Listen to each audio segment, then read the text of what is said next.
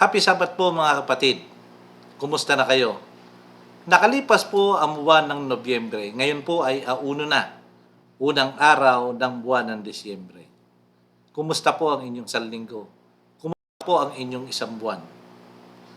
Nawa ay nakatanggap kayo ng masaganang biyaya at pagpapala sa Panginoon. Hindi lang sa material, sa inyong pangkalusugan at inyong pang-espiritual. Sa gabing ito ay pagpapatuloy po natin ang pagbabasa sa Aklat ng Genesis. Tayo po ay nasa Kapitulo 21 na. At ipagpapatuloy natin ito hanggang sa matapos. Samahan niyo muli ako ngayong gabi at bago natin ipagpatuloy, tayo po muna ay manalangin. Ama namin Diyos sa langit, salamat po sa inyo. Salamat po sa masaganang biyaya at pagpapala na inyong pinagkalob sa amin sa mga pinahiram niyo sa amin na mga bagay-bagay na aming tinatangkilik, buhay at kalakasan, pang-material, pang-espiritual at pang-pisikal. Patawad din po sa aming mga kasalanang nagagawa. Patawad po sa lahat ng aming pagkukulang, sa mga salita na hindi niyo naibigan sa amin, sa aming mga pag-iisip, sa aming mga kinilos. Sa gabi pong ito ay muli kami magpapasama sa inyong banal na Espiritu upang maunawaan po namin ang aming babasahin ngayon sa aklat ng Genesis na inyo pong ipagkakaloob sa amin ng katalinuhan sa tulong ng inyong banal na Espiritu. Salamat po sa inyo at ang lahat po hinihiling namin sa pangalan po ng aming Panginoon Jesus. Amen. Ngayon po itong hayaran natin ang nasa aklat ng Genesis 21. Ngayon po ipagpatuloy natin ang pagbabasa. Genesis 21, 1 hanggang 34. Ngayon, inalala ng Panginoon si Sarah ayon sa kanyang ipinangako. Nagbuntis si Sarah at nanganak ng lalaki kahit matanda na si Abraham, isinilang ang sanggol sa panahon na sinabi noon ng Diyos. Pinangalanan ni Abraham ang sanggol na Isaac. Nang 8 araw na ang sanggol, tinuli siya ni Abraham ayon sa iniutos ng Diyos sa kanya. Nang ipinanganak si Isaac, 100 taon na gulang na si Abraham, matanda na, 100 years old. Sinabi ni Sarah, pinatawa ako ng Diyos kahit sinong nakinig ng tungkol sa nangyari sa akin, matatawa rin ako kahit matanda na siya. Sino kaya ang makapagsabi kay Abraham na makakapagpasuso pa ako ng sanggol? Oo nga naman. Pero nagkaanak pa ako kahit matanda na. Lumaki si Isaac at ng araw na naawat na siya sa pagsuso sa kanyang ina, nagdao si Abraham ng isang malaking handaan.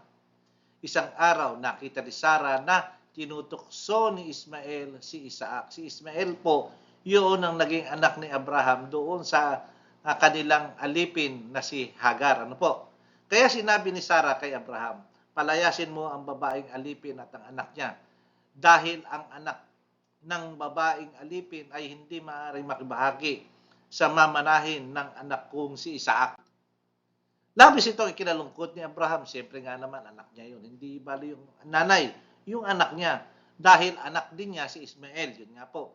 Pero sinabi ng Diyos sa kanya, hindi mo dapat ikalungkot ang tungkol kay Ismael at kay Hagar. Sundin mo ang sinabi ni Sarah, dahil kay Isaac magmumula ang lahi na aking ipinangako. At tungkol naman kay Ismael, bibigyan ko rin siya ng maraming lahi at magiging isang bansa. Isang bansa rin dahil anak mo rin siya.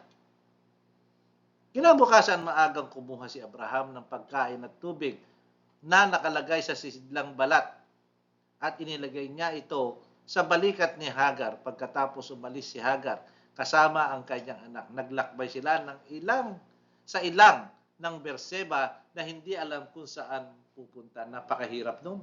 Aalis ka, hindi mo alam kung saan ka pupunta. Kasama mo pa ang anak mo. Nang maubos ang kanilang tubig, iniwan niya ang anak niya sa ilalim ng isa sa mababang punong kahoy. Siyempre, wala na silang may mauuhol kasi disyerto po yun. Iniwan niya muna yung kanyang anak na si Ismael sa isang mababang, sabi rito, mababang punong kahoy. Ito ay puno po. Lumakad siya ng may layong 100 metro mula sa kanyang anak. Doon siya umupo at umiyak at nagsabi sa sarili, hindi ko matitiis na masdan ang kamatayan ng anak ko. Tama, kasi nanay siya. Ngayon, narinig ng Diyos ang iyak ng bata. Kaya sinabi ng anghel ng Diyos kay Hagar mula roon sa langit, ano ang gumugulo sa iyo, Hagar?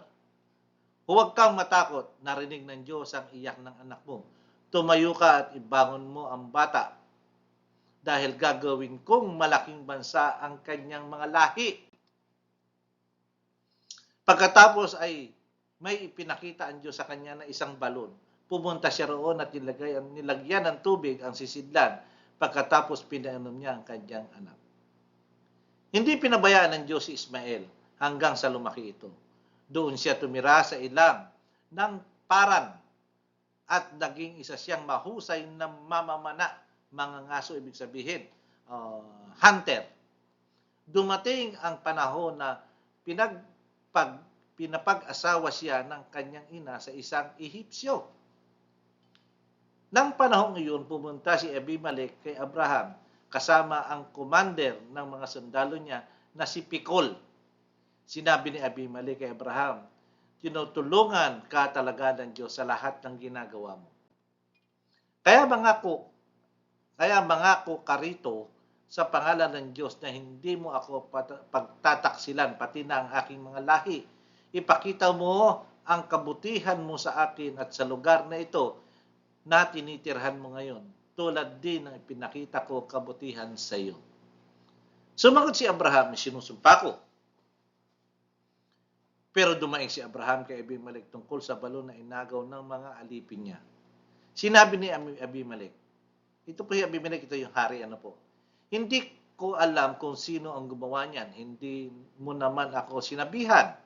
At ngayon ko lang nalaman iyon.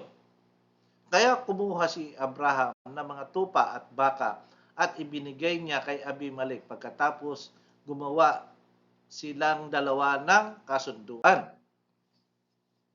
Kumuha si Abraham ng 7 babaeng tupa at ibinukod ito. Nagtanong si Abimelech, para kanino ang 7 babaeng tupa na ibinukod mo? Sumagot si Abraham, tanggapin mo ang 7 babaeng tupa na ito bilang katibayan na ako ang naghukay ng balong iyan. Dahil sa sumpaan nila, ang lugar na iyon ay tinawag na Beersheba. Pagkatapos ng sumpaan nila roon sa Beersheba, bumalik si Abimelech at si Pikol sa lupain ng mga Pilisteo. Nagtanim si Abraham ng isang punong kahoy na tamarisko roon sa Beersheba at sumamba siya sa Panginoon, ang Diyos na walang hanggan. Nanirahan si Abraham sa lupain ng mga Pilisteo sa mahabang panahon. Napakaganda, po. Nakita niyo mga kapatid na ang aklat na ito ay nagpapatunay na pag ang Diyos ay nangako sa bawat sa atin, ito'y natutupad. Hindi naging imposible na si Sarah kahit sa kanyang katandaan ay nabuntis at nagkaanak.